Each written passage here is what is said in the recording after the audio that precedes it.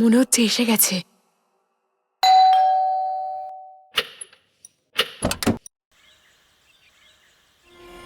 আসুন আসুন, আপনার জন্যই অপেক্ষা করছিলাম। অনেকক্ষণ ধরে বসে আছেন।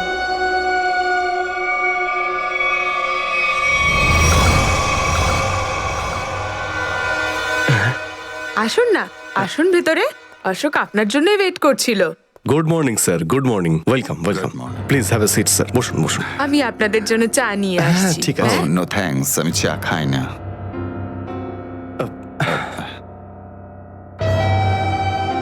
স্যার প্লিজ আমার ভাইকে চাকরিটা দিন না, প্লিজ স্যার।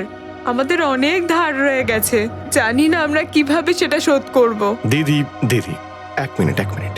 আরে আমাদের তো আগে কথা বলতে দাও প্লিজ। তুমি এসো, তুমি আমার জন্য চা করে নিয়ে এসো, যাও প্লিজ প্লিজ। জানি না তুই কবে চাকরি পাবি, আমার তো খুব চিন্তা হয়। সরি স্যার, ওই আমার দিদি আসলে একটু আমার চাকরি নিয়ে খুব টেনশনে আছে আর কি। ওনার একটু আসলে টাকা নিয়ে ওনার একটু নিশ্চয়ই বুঝতে পেরেছেন।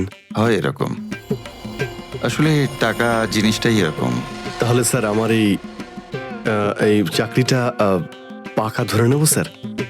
দেখা যাক, তার আগে তোমাকে কিছু প্রশ্ন করতে চাই। যা জিজ্ঞেস করার জিজ্ঞেস করতে পারেন, আমি রেডি স্যার। কিন্তু স্যার স্যার প্লিজ স্যার, এই চাকরিটা আমাকে আপনি দিয়ে দিন প্লিজ স্যার। অ্যাকচুয়ালি স্যার আসলে আমাদের টাকার খুব প্রয়োজন sir. Sir please sir.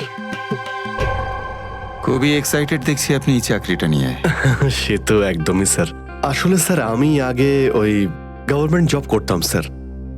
Sir ওই গভর্নমেন্ট জবে প্রমোশন আর টাকা পেতে অনেক কষ্ট করতে হয় স্যার। এই জন্যে স্যার আমি রিজাইন করে দিয়েছি।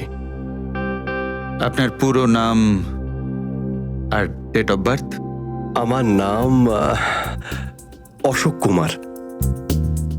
Date of birth 10th April 1976। আর কোয়ালিফিকেশনস? মাস্টার করেছি sir, master in marine engineering from GID college. তার মানে সাবমেরিনের ইঞ্জিনের মেনটেন্যান্স আর নেভিগেশনের ব্যাপারে তো নিশ্চয়ই নলেজ আছে। Yes yes yes sir, you are right sir. তো মিস্টার অশোক, একটা কথা বলুন, আপনার এক্সপিরিয়েন্স অনুযায়ী একটা সাবমেরিনকে জলের নিচে কতটা গভীর অবধি নিয়ে যেতে পারেন? কত গভীর অবধি? স্যার সেটা তো ওটা স্যার ডিপেন্ড করে স্যার, মডেলের ওপর ডিপেন্ড করে স্যার। ওর ভেতরে গিয়ে আমি সাবমেরিন ঠিক করেছি স্যার। আর মেরিন তো অনেকটাই নিচে যায় স্যার, 400 অবধি যাই স্যার। ও হ্যাঁ, আমি আপনার স্কুলের প্রিন্সিপাল মিস্টার সুরেশের সঙ্গে কথা বলেছিলাম, আপনার খুব প্রশংসা করছিলেন। ওনার টাচে আছেন তো আপনি? প্রিন্সিপাল প্রিন্সিপাল স্যার খুব ভালো লোক স্যার। স্যার আমার প্রিন্সিপাল আমার মেন্টরও ছিল স্যার। ওনার নাম স্যার সুরেশ নয়, মহেশ ছিল স্যার। আর স্যার উনি তো 2012-এ রিটায়ার করে গেছেন। আর ওনার পরে হয়তো সুরেশবাবু এসেছেন প্রিন্সিপাল হয়ে, ওটা স্যার আমি ঠিক জানি না স্যার, সেটা আপনি নিশ্চয়ই জানবেন। ওকে মিস্টার অশোক,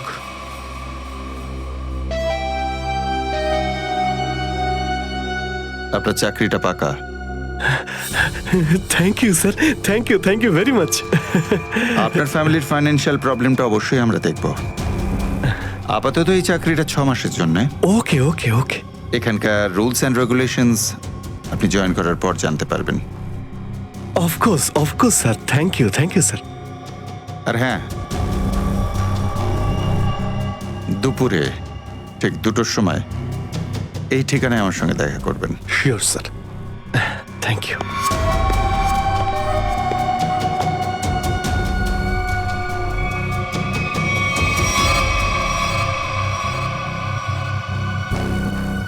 কাজ হয়ে গেছে, আরো একটা জব পাকা হয়ে গেছে আমার।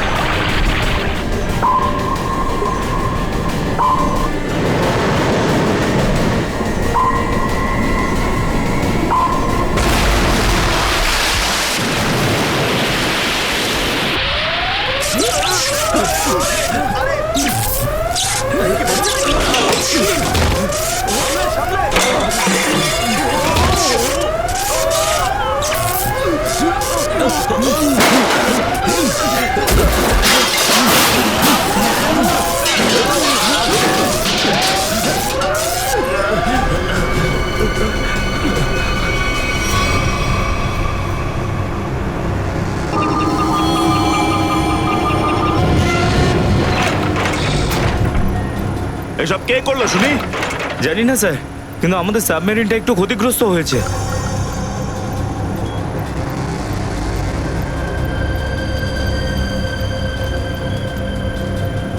গ্যালারে নেভি এসে গেছে, ওদের জাহাজ আর কামান দেখা যাচ্ছে। কি? কি না? হ্যাঁ, নেভির এত সামনে চলে এলে তোমাদের মরার এত শখ। কিন্তু স্যার এখন কি করব? কি আর করবে, কেটে পড়ো এখান থেকে। আমাদের পুরো অপারেশন ভন্ডুল করার আগে আমাদের এখান থেকে চলে যেতে হবে। কিন্তু এত অল্প ক্রিউ মেম্বার নিয়ে সাবমেরিনকে কি করে শিফট করব, তাও এত অল্প সময়? সেসব আমি কিচ্ছু জানি না, কিছু করো আর এখান থেকে বেরো, যাও, জলদি করো, যাও। Okay sir.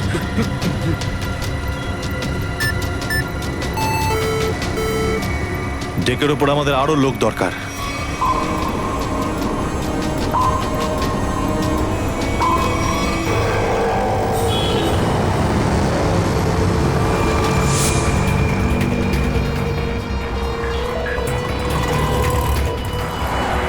ভাই এই গলিতেই তো এসেছিল। গেল কোথায় ও? ফোন কর, তাড়াতাড়ি ফোন কর ওকে।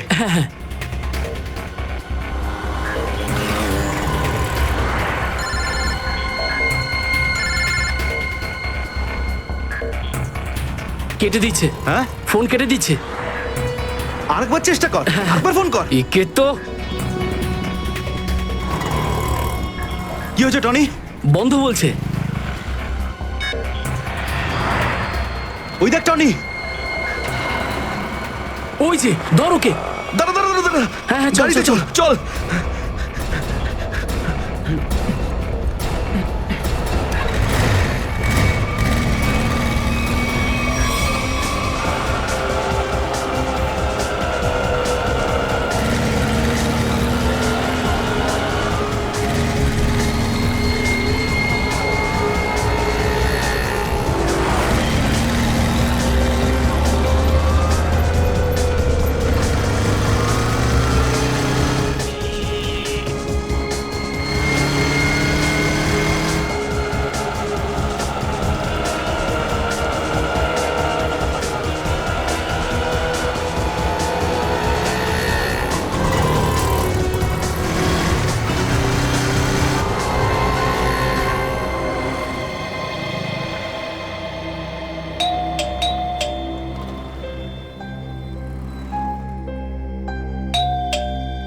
অনন্যা, লাইট তো জ্বলছে, তার মানে অনন্যা বাড়িতেই রয়েছে, কিন্তু দরজাটা খুলছে না কেন? অনন্যা, অনন্যা, কোথায় গেছে এই মেয়েটা? অনন্যা,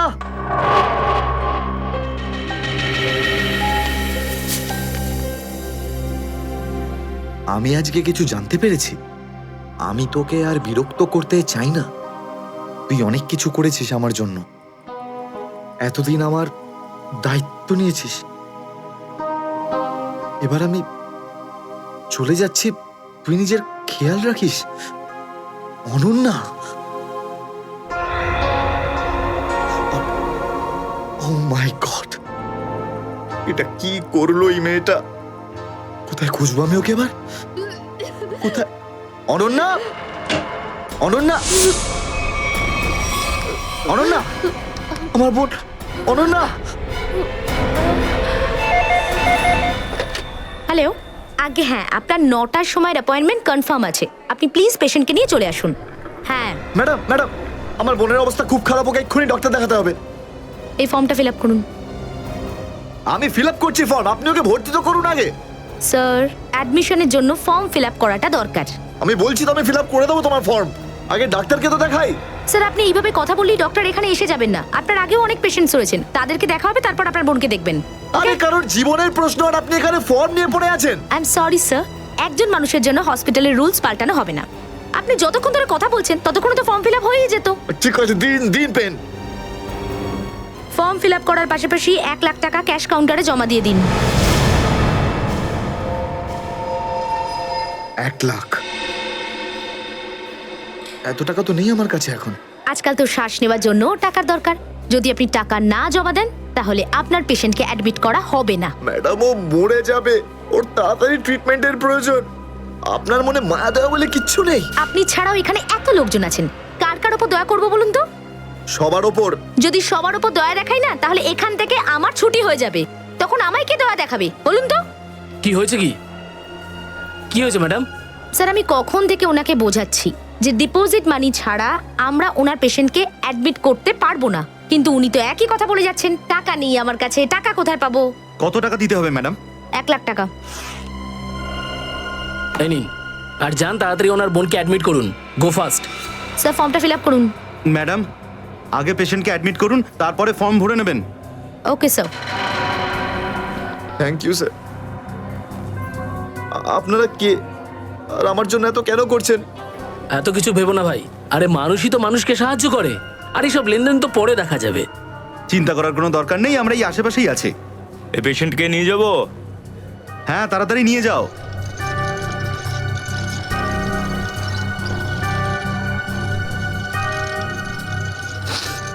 আমি আসছি এক্ষুনি। হ্যাঁ, যাও।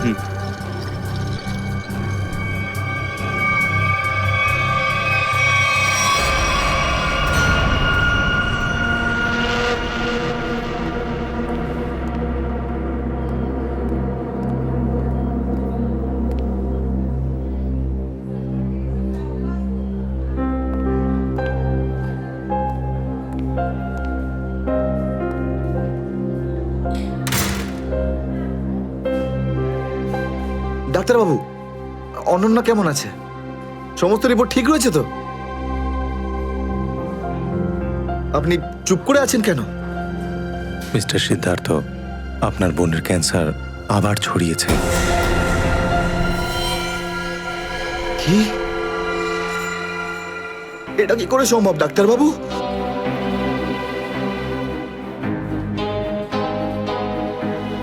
এটা কি করে হতে? সিদ্ধার্থ, এরকমটাই হয়েছে। কিন্তু অনন্যা তো ঠিকই ছিল, তাই না? ওর সমস্ত রিপোর্ট বলছিল যে ওর আর কোনো বিপদ নেই, আর আপনি বলছেন যে আবার? না ডাক্তারবাবু, এটা হতে পারে না। এমনটাই হয়েছে। গত 3 বছর ধরে ও বিপদমুক্ত ছিল, কিন্তু এইবার রোগ অনেক বেশি ছড়িয়েছে। খারাপ কিছু ঘটেও যেতে পারে। আপনি কি বলতে চাইছেন ডাক্তারবাবু? এটাই যে তোমার বোন অল্প কয়েকদিনই বাঁচবে। না ডাক্তারবাবু, এরকম বলবেন?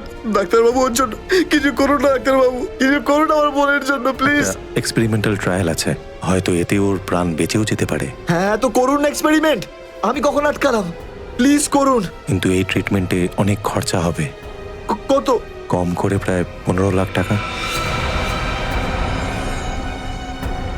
15 লাখ? অনন্যার জ্ঞান ফিরেছে, ও আপনাকে ভেতরে ডাকছে।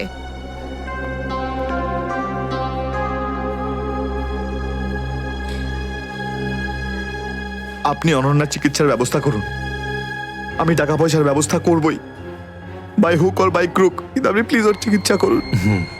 তাড়াতাড়ি করো, কারণ আমাদের হাতে সময় বেশি নেই। হ্যাঁ।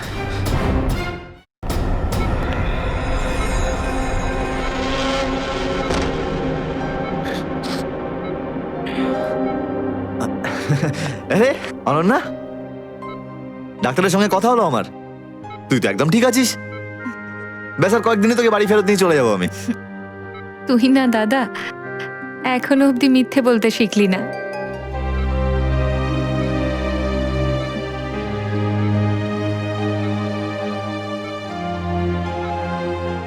আমরা আগেরবার ক্যান্সারকে হারিয়েছিলাম, আর এবারেও ক্যান্সার হারবে আমাদের থেকে। তুই তুই বাঁচবি অনন্যা। দাদা, যদি আমার ভাগ্যে বাঁচা থাকতো না, তাহলে 2 বার ক্যান্সার হতো না আমার। দাদা, আমার কথাটা শোন। তুই নিজের সমস্ত সুখ আমার জন্য এভাবে ত্যাগ করিস না দাদা। তুই আমায় ভুলে যা দাদা। এবারে নিজে ভালোভাবে বাঁচ।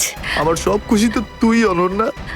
তুই, তোকে যে কোনো ভাবে আমি বাঁচিয়ে ফিরবই। তুই মনের জোর হারাবি না কিন্তু। তুই এত ভালো কেন রে দাদা? কেন এত ভালো? যদি আরো কিছু বছর তোর সাথে বাঁচতে পারতাম আমি। আমার ভাগ্যটাই খারাপ দাদা। তুই আমার জন্য কত কিছু করেছিস, সব সময় তুই আমার কথাই ভেবেছিস।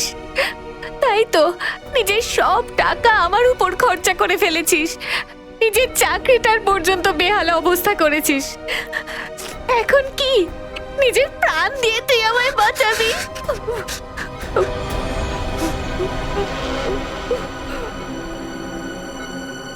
স্যার, আপনি প্লিজ বাইরে যান, ওনাকে রেস্ট নিতে দিন। তুই যা দাদা।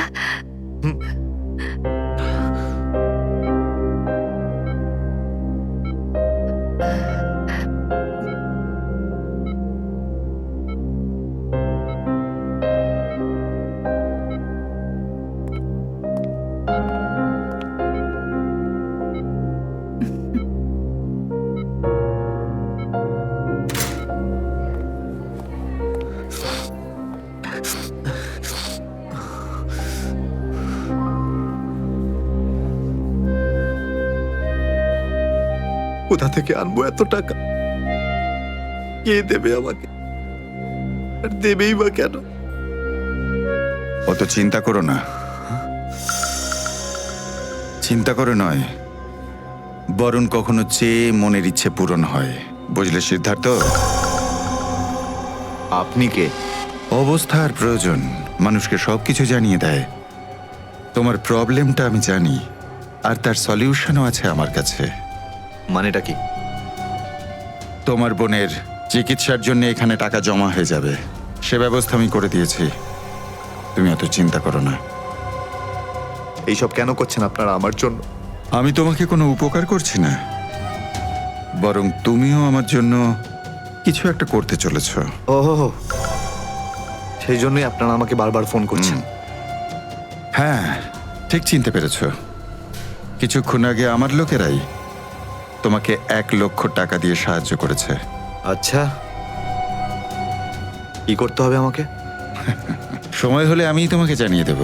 আগে তুমি তোমার বোনের ভালো করে চিকিৎসা করাও, তাড়াতাড়ি ওর ট্রিটমেন্ট শুরু করো। আর হ্যাঁ, তারপরে এই ঠিকানায় আমার সঙ্গে দেখা করো।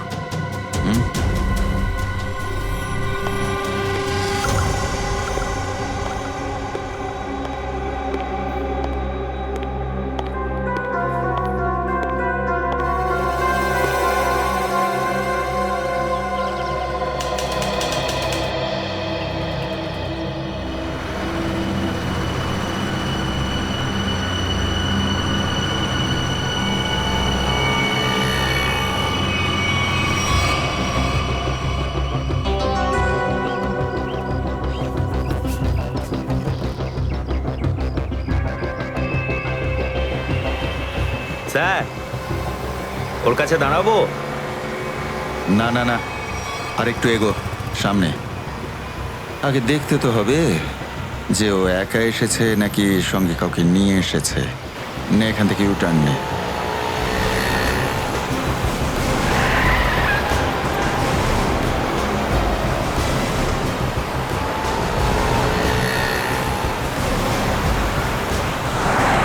মনে হচ্ছে সঙ্গে আর কেউ নেই।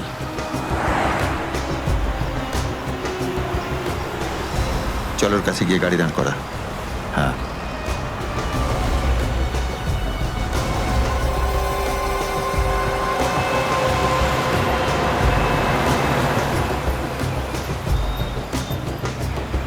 এসো, ভেতরে চলে এসো, তাড়াতাড়ি তাড়াতাড়ি।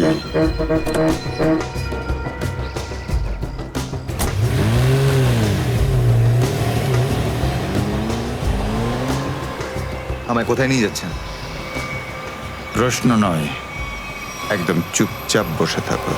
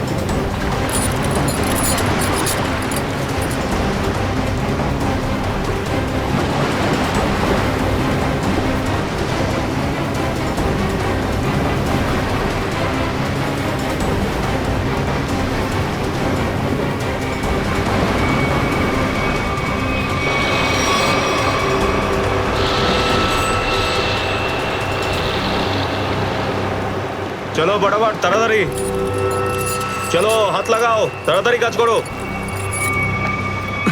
দে জলদি জলদি, এইটুকু কম কাজ করতে কি সারা রাত লাগাবি নাকি?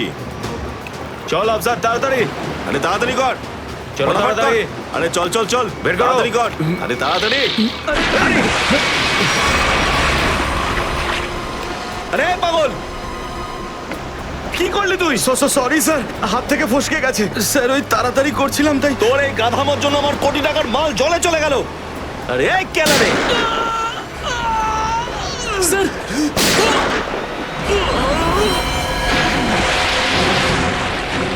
বস, বাকি বাক্সগুলো তুলে নিয়ে এখান থেকে বেরিয়ে যাই। হ্যাঁ, এই চলো, বের কর বের কর, দে ফটাফট। হ্যাঁ চলো চলো তাড়াতাড়ি। হ্যাঁ এই দুটো লাশই সমুদ্রের মধ্যে কম করে 12 ঘন্টা ডুবেছিল।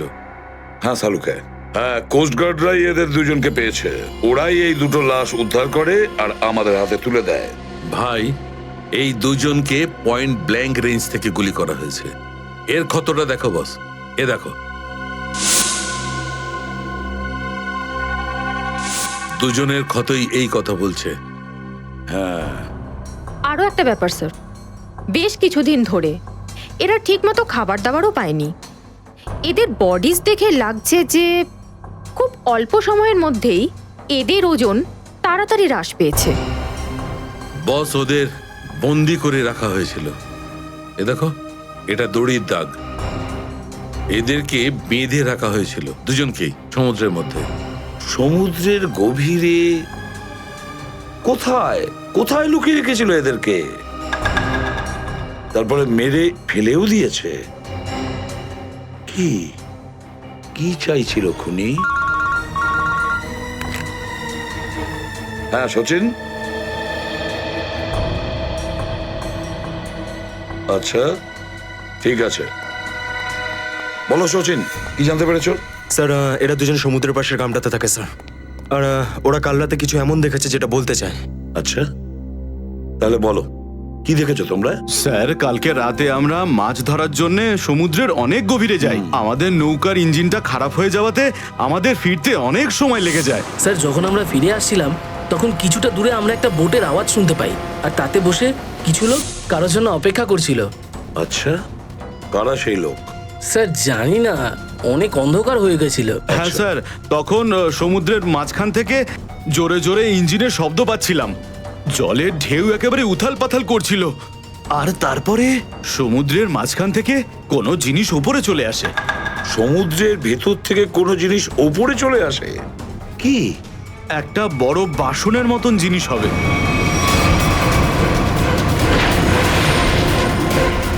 সাবমেরিন, ডুবোজাহাজ? হ্যাঁ হ্যাঁ, ডুবোজাহাজ। আর ওই বোটটা যখন ডুবোজাহাজের পাশে যায়, আর তখন ওখানে কিছু লোক কাজ করছিল স্যার। কি কাজ করছিল? জানি না স্যার, অনেক রাত হয়ে গেছিল তো দেখতে পাইনি। তখনই আমরা গুলি চলার শব্দ শুনতে পাই। গুলি চালানোর শব্দ? কটা গুলি চলেছে? দুটো গুলি স্যার। ও, দুটো গুলি চলেছে। আর আমরা দুটো লাশও পেয়েছি। আর আমরা ওখান থেকে ভয় পেয়ে পালিয়ে যাই স্যার। স্যার, একটা কথা বুঝতে পারলাম না, সমুদ্রের মাঝামাঝি এই সাবমেরিন কি করছিল? সেটাই তো। আর ওই বোটটায় তাহলে হচ্ছিল কি? স্যার, হ্যাঁ Pankaj? Sir, missing person bureau থেকে দুজন ভিক্টিমের ডিটেলস পাওয়া গেছে। গ্রেট। অমল, মনোজ আর দুজনেই একই দিনে নিখোঁজ হয়েছে। আর স্যার, দুজনেই মেরিন ইঞ্জিনিয়ার্স। হ্যাঁ সেটাই তো, মেরিন ইঞ্জিনিয়ার। সচিন, এটা কোনো কোইন্সিডেন্ট নয়, কোনো সংযোগ নয়, কারণ মেরিন ইঞ্জিনিয়ার্সরা অনেক কিছু কাজ করে সাবমেরিনে, ডুবোজাহাজে। এটা কোনো কাকতালীয় নয়। আর স্যার, ইন্ডিয়ান ওয়াটারে এই ডুবোজাহাজ আসলে কি করছিল? কিছু না কিছু গোলমাল তো আছে, খুব বড় রকমের গোলমাল আছে, খুব বড় রকমের গোলমাল। খোঁজ নিতে হবে ওই ডুবোজাহাজের ব্যাপারে। ইন্ডিয়ান নেভি, ভারতীয় নৌসেনা থেকে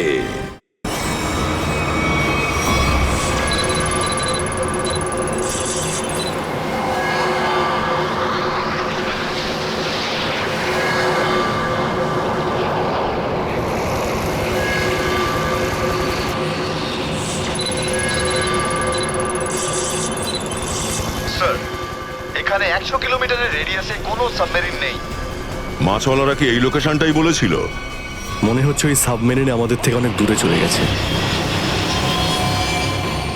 একটা রক সাবমেরিন ইন্ডিয়ান ওয়াটার্সে? বিশ্বাসই হচ্ছে না। কিন্তু এটাই সত্যি। কিন্তু ওরা করছিলটা কি? এটাই তো খোঁজ নিতে হবে। স্যার, ইনি মনোজের ওয়াইফ। ইনি অমলের বাবা, আর এই হচ্ছে তানিয়া স্যার, সিদ্ধার্থর বোন। এরা বলছেন যে সিদ্ধার্থ মেরিন ইঞ্জিনিয়ার ছিল, আপাতত নিখোঁজ। আচ্ছা, তোমার ভাই কবে থেকে নিখোঁজ? স্যার, কাল থেকে নিখোঁজ। তখন আমি হসপিটালে অ্যাডমিট ছিলাম। হসপিটালে? কেন, কি হয়েছিল তোমার? স্যার, অ্যাকচুয়ালি আমার আবার ক্যান্সার হয়ে গিয়েছিল। ছিল? ক্যান্সার হয়েছিল দ্বিতীয়বারে? স্যার, ডক্টর বলছিলেন আমার ক্যান্সার আবার অ্যাগ্রিভেট হয়ে গেছে, কিন্তু আজ সকালে টেস্ট করে জানা গেল আমার ক্যান্সার নয়, আমি একদম সুস্থ। কি? ক্যান্সার উধাও হয়ে গেল? হ্যাঁ স্যার, আর এই খবরটা দেওয়ার জন্যই দাদাকে ফোন করেছিলাম, কিন্তু ওর ফোন নট রিচেবল আসছিল। আমি ভেবেছিলাম হয়তো বাড়িতে আছে, তাই আমি তাড়াতাড়ি বাড়িতে চলে এলাম। সব রুমে খুঁজলাম স্যার, কিন্তু কোথাও আমার দাদা নেই। ভাবলাম হয়তো আশেপাশে কারোর বাড়ি গেছে। সব জায়গায় খোঁজ করলাম, কেউ কিচ্ছু বলতে পারলো না ওর ব্যাপারে। আপনি নিজেকে সামলান, খুব তাড়াতাড়ি আপনি দাদাকে পেয়ে যাবেন।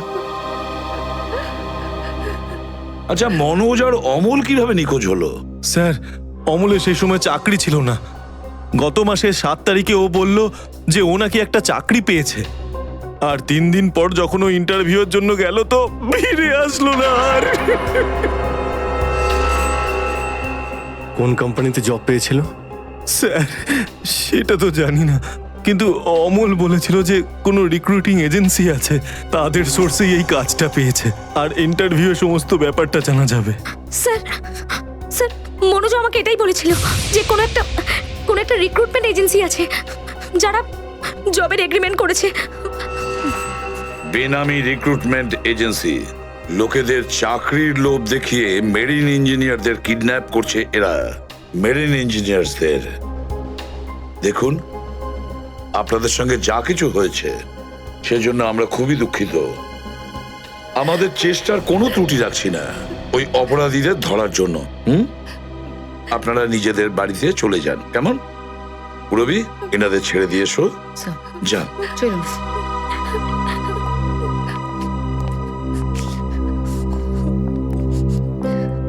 স্যার, হ্যাঁ স্যার প্লিজ স্যার, আমার দাদাকে খুঁজে দিন আপনারা।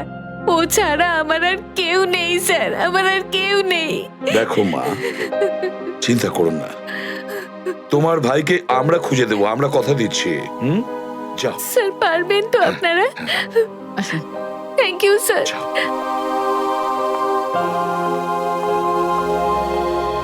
এই অনন্যা ডাক্তারের সঙ্গে কথা বলতে হবে। স্যার, স্যার হতে পারে যে সাবমেরিনে প্রচুর টেকনিশিয়ানের প্রয়োজন ছিল, আর সেই জন্যই ওরা এই চাকরির জালটা পেতেছিল। স্যার, এই ডুবো জাহাজটা কোথায় আছে আমরা জানি না স্যার, তাহলে অপরাধীদের আমরা ধরবো কি করে? পঙ্কজ, আমাদের এমন কিছু করতে হবে যাতে অপরাধীরা আমাদের খোঁজে আর এই ডুবোজাহাজ অব্দি নিয়ে যায়। কিন্তু অপরাধীরা আমাদের খুঁজবে কেন? খুঁজবে কেন? খুঁজবে না? ওদের তো 2জন ইঞ্জিনিয়ার মারা গেছে, আর ওদেরকে রিপ্লেস করার জন্য এদের নতুন ইঞ্জিনিয়ার তো লাগবেই। আর এই জন্য আমরা অনেক ভেবে চিন্তে প্ল্যান তৈরি করব। ভেবে চিন্তে প্ল্যান তৈরি করব।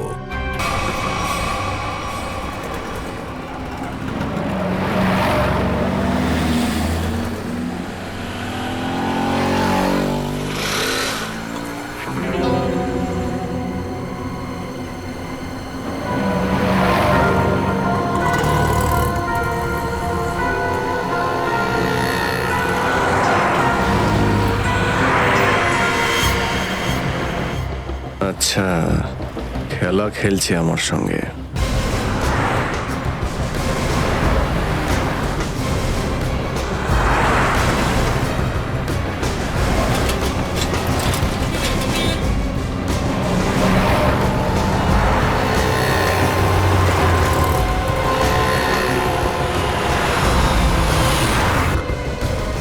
নমস্কার। হ্যাঁ হ্যাঁ ঠিক আছে, ভিতরে বস। চলো তাড়াতাড়ি ফলো করো। নমস্কার।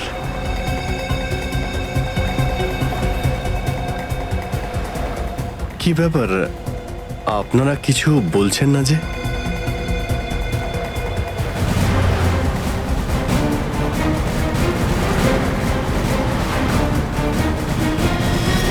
আচ্ছা, আপনারা কি এদের... এই চুপ। চুপ চুপ। হ্যালো।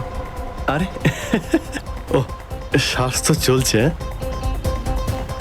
হয়তো ঘুমোচ্ছে। সচিন তাড়াতাড়ি, ওরা যেন আমাদের নজরে এড়াতে না পারে।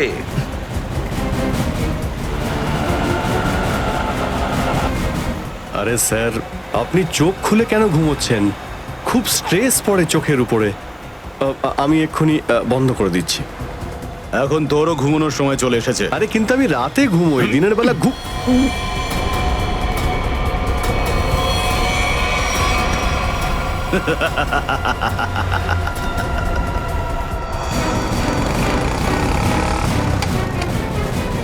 স্যার ওরা তো বেরিয়ে গেল।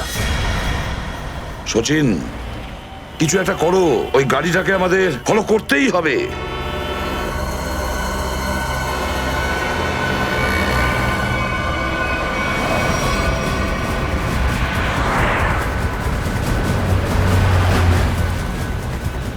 গাড়িটা কোথাও দেখতে পাচ্ছি না। সচিন দেখো একটু, দেখো তোমার রাইটে কিছু দেখা যাচ্ছে কিনা। স্যার ওই যে গাড়িটা। ইয়েস, কিন্তু ওরা রাইট সাইডে যাচ্ছে কেন? হ্যাঁ স্যার, এরা ঘুরে গেল কেন? ওদের তো সোজা যাওয়া উচিত ছিল, সমুদ্র তো সামনে। নিখিল, অভিজিৎকে ট্র্যাপ করো ওই জিপিএস এ।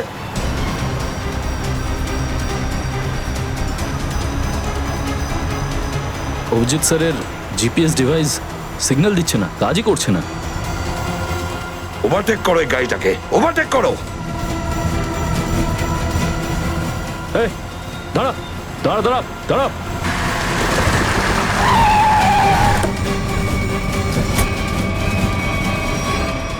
বাকিরা সবাই কোথায়? কি হয়েছে? চুপ, বল গাড়ির ভেতরে যারা ছিল তারা কোথায়? স্যার এর মধ্যে কেউ ছিল না। কেউ ছিল না মানে? দেখ, সব সত্যি সত্যি বলে ফেল, নাহলে... সত্যি বলছি স্যার, আমাকে একটা লোক বললো যে সঙ্গমনগর চৌরাস্তার মোড়ে গাড়িটা দাঁড় করিয়ে চলে যেতে। আর আর কি বলেছে? আর তো কিছু বলেনি, এই কাজের জন্য ও আমাকে 5,000 টাকাও দিয়েছে।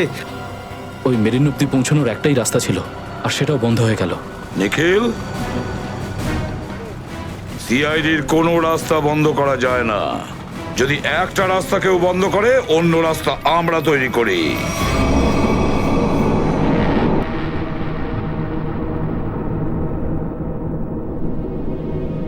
দুজন ইঞ্জিনিয়ার ছিল, আর দুজনকেই একসঙ্গে গুলি করে মারে। কে বলতে পারে? যে কোনো দিন আমাদের নাম্বারে চলে আসতে পারে। হ্যাঁ, আমাদেরও একদিন আসবে, সমুদ্রের মাঝে আমরা ডুবে যাব, কিন্তু আমাদের ব্যাপারে কেউ কিচ্ছু জানতে পারবে না। ঠিক বলেছ, কিন্তু মৃত্যুর আগে একবার বেঁচে ওঠার চেষ্টা তো করতেই হবে না?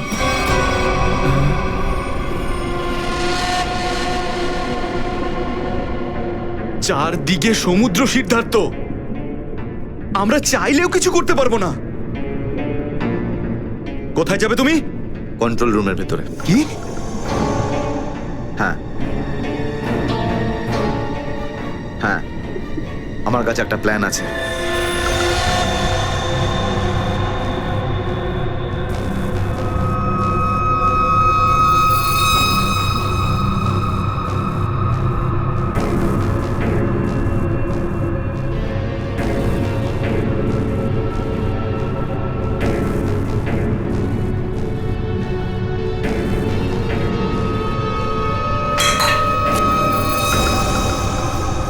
কে ওখানে?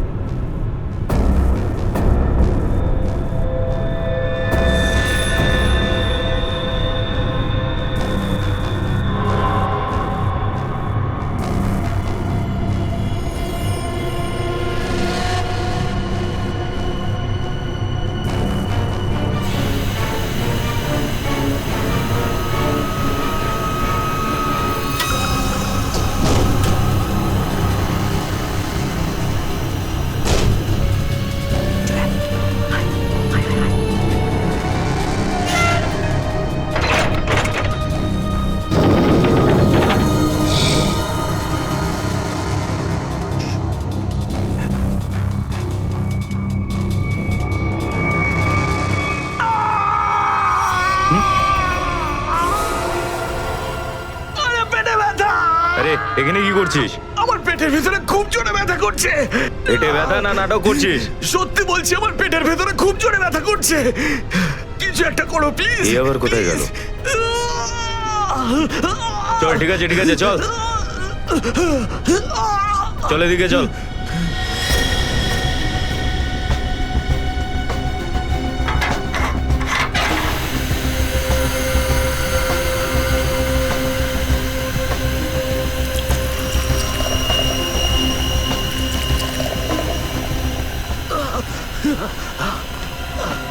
এখানে ওষুধপত্র আছে, খেয়ে নে।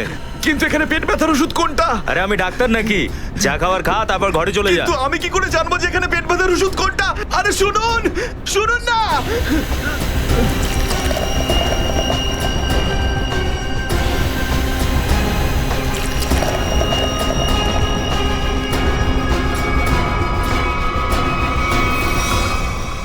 এই, এখানে কি করছিস? আমি কন্ট্রোল রুম দেখতে এসেছিলাম শুধু। এই না জিজ্ঞেস করে কি করে এলি তুই? এদিক ওদিক গেলে না প্রাণে মেরে দেবো। চল বেরো এখান থেকে, বেরো চল।